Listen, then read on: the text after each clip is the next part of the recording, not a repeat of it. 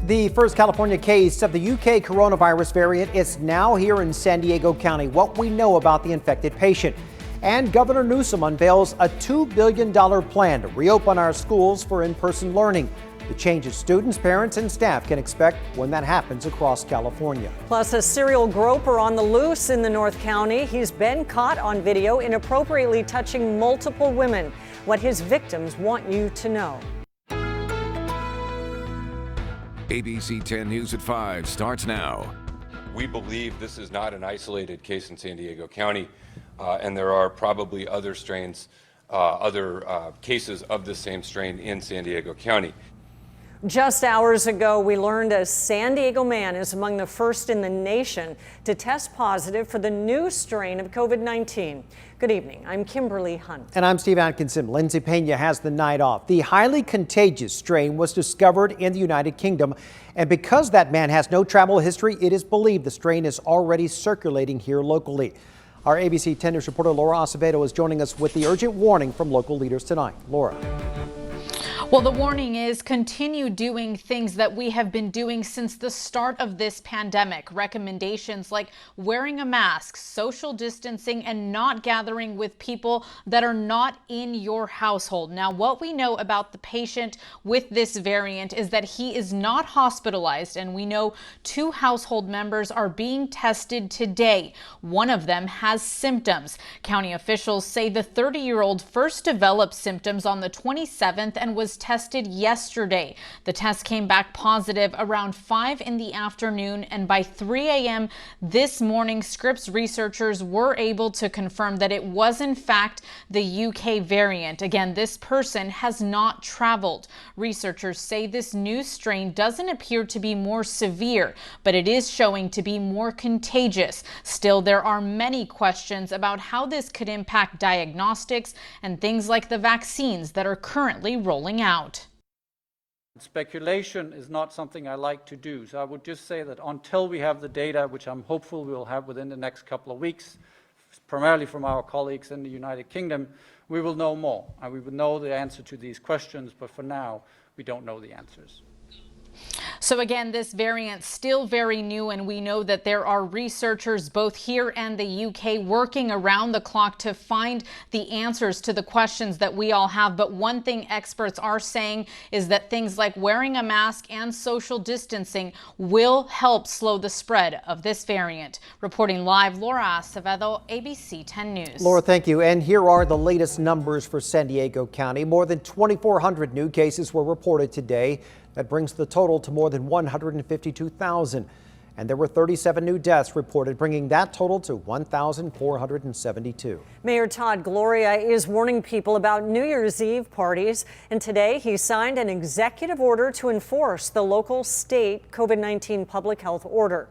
Mayor Gloria says he has told the police department to more consistently fine those violating the order. Governor Gavin Newsom says that he wants to set aside $2 billion to help schools safely reopen, beginning as early as February. The plan would reopen the youngest grade levels first, while older students would be phased in over the spring.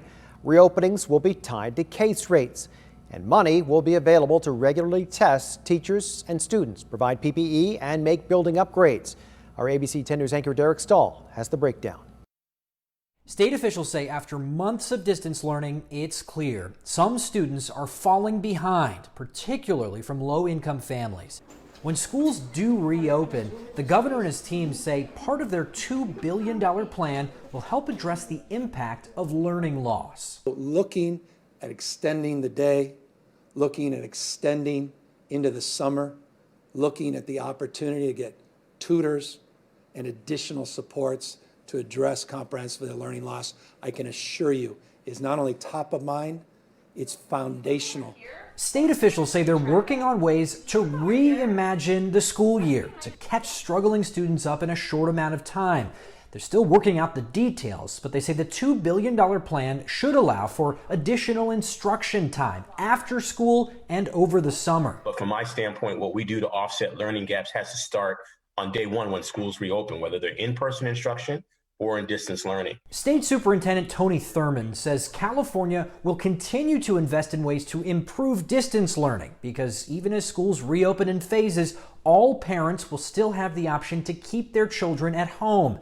It's also not clear when middle and high school students will be allowed to return to campus. Even as new studies show the risk of transmission in elementary schools is low, the research suggests a higher potential for spread in high schools.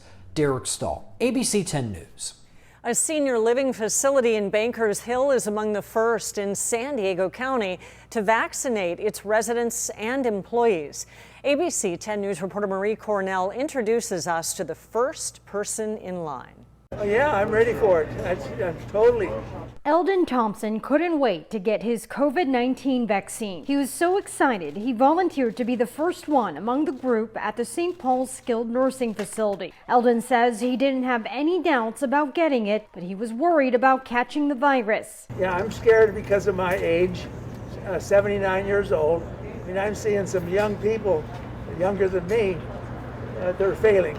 Cheryl Wilson is the CEO for St. Paul's Senior Services, which runs independent, assisted living, and skilled nursing facilities and senior programs in San Diego County. She calls it a blessing St. Paul's was able to partner with CVS to be among the first skilled nursing facilities in the county to get their residents vaccinated through CVS's 12-week vaccination program. 45 of their residents and 95 members of their staff will get vaccinated Wednesday. Many of these seniors went through the vaccines for the polio pandemic back in the 50s. So they understand how incredibly important this is and what a difference it can make in the life of every American and everybody really around the world. Cheryl says though there are employees that have chosen not to participate in this vaccination clinic, many have plans to get their vaccine on January 20th when the second dose is scheduled to be given. Either way, she believes this is the light at the end of the tunnel many have been waiting for. This is the first shot. This is the beginning of this journey to become COVID-free. Marie Cornell, ABC 10 News.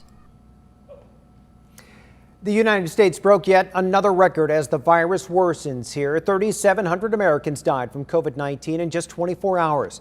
As we reported earlier, a new variant of the virus was just found in San Diego County, a day after officials in Colorado reported one confirmed case there.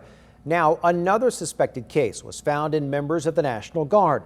They were deployed to help with staffing shortages at a Colorado nursing home. The silver lining, though, preliminary research finds the new variant isn't more deadly, just more contagious. In addition, it doesn't seem to evade the protection that's afforded by the antibodies that are induced by vaccines. Meanwhile, people in the UK, they will begin getting the AstraZeneca vaccine starting Monday. It's not expected to get authorization here in the U.S. until the spring. President Trump's push for a larger $2,000 COVID relief check is all but dead. ABC's Faith Abube shows how Senate Majority Leader Mitch McConnell stonewalled a vote on the matter today. Senate Majority Leader Mitch McConnell pushing ahead with a proposal full of President Trump's latest demands. But the move likely to derail Trump's own calls for $2,000 per American stimulus checks. The Senate's not going to be bullied into rushing out more borrowed money into the hands of Democrat rich friends who don't need the help. McConnell filing new legislation binding the boosted direct payments to two unrelated matters Democrats were calling poison pills. What we're seeing right now is Leader McConnell trying to kill the checks, the $2,000 checks. McConnell's bill ensures a vote on the stimulus checks would also mean a decision on a commission to investigate election fraud and repealing protections for social media companies. All Trump demands. What's next? Unclear after the Senate Majority Leader shot down two efforts by Democrats to vote on direct payments alone, adding that a standalone bill passed in the House for $2,000 stimulus checks is doomed in the Senate. It does not align with what President Trump has suggested, and which has no realistic path to quickly pass the Senate. It's amazing to see the patience that some people have with other people suffering. As more stimulus money stalls in Congress, the much-needed second round of relief finally on the way to struggling Americans. The Treasury Department saying it started issuing direct deposits overnight, and starting Wednesday, paper checks are on the way. I'm not working, and anything that is out here for us to actually get, It's well worth it. Individuals who qualify should expect up to $600. The IRS adding if new legislation provides additional stimulus money, it would quickly top the payments. Senator Bernie Sanders threatening a vote on the $2,000 checks, or he'll hold up another priority vote to override Trump's veto on the annual defense bill. We're in the most threatened situation we've ever been in. The president is also dialing up the pressure on his own party to get a deal done on the stimulus check, tweeting, unless Republicans have a death wish, they must pass the $2,000 checks ASAP. Faith Abube, ABC News, Washington. And you can follow any new developments surrounding the coronavirus by downloading our free mobile app. Just go to the App Store and search 10 News. We're following some breaking news. A car slammed into a home's garage in Claremont, causing a gas leak. This is on Barstow Street near Claremont Mesa Boulevard, west of the 805. The driver suffered minor injuries. SDG&E, as you can see here, is on scene, and we are following this story. If there's any major updates, we'll make sure to bring those to you. And now to a crime alert. A man caught on camera inappropriately touching multiple women at stores in the North County. ABC 10 News reporter Rena Nakano spoke to the victims, who say he needs to be caught. We want to warn you, this video may be disturbing to some viewers. On Christmas Eve, Rachel Medellin was doing some last-minute shopping at Ralph's in San Marcos. Then suddenly, he came up behind me and pressed his body against mine, specifically his pelvic area. With his hands up, he told her it was an accidental bump. Medellin was shocked and confused. I could feel that it wasn't an accident. And I was really trying to decipher of whether or not he was telling the truth or if he was a bad guy. A story all too familiar for Becky Charlton. I just felt somebody grab my bottom. Just 2 hours before the incident at Ralph's, Charlton was at the Michaels in Vista. Same man, same MO. He just put his hands up and he goes, sorry, sorry. And he acted like it was an accident. If you watch closely, prior to the attack, you see the man touching himself. He then turns, pauses, and thrusts himself. Charlton says she didn't report her incident until seeing this video circulating on social media. I recognized his outfit immediately. The sheriff's department is now investigating at least 4 incidents that occurred within the last 2 weeks. Now, neighboring agencies are also getting similar reports. In a lot of these cases, it took several days because I think people just believed it was an accident. We all want to believe that people don't have bad intentions, but unfortunately, that is the case. A plea from law enforcement and the victims. It's definitely a lesson if this happens again to scream and cause a scene. He's been making women feel like this for months. If you see him, and call police. And he's still out there. Rena Nakano, ABC 10 News. The suspect is described as a slender Asian man between 20 to 30 years old, about 5 foot 8 inches, weighing 140 to 150 pounds. He was last seen in a baseball cap, hoodie, and shorts. And police are also looking for a pair of jewelry thieves they say are responsible for a string of robberies the last 3 months across the county. They released these surveillance videos of the 2 men. They are accused of robbing 2 K Jewelers locations, one in Mission Valley, the other at the Carlsbad Premium Outlets. The men also stole from 2 Daniels Jewelers in La Mesa and Mira Mesa.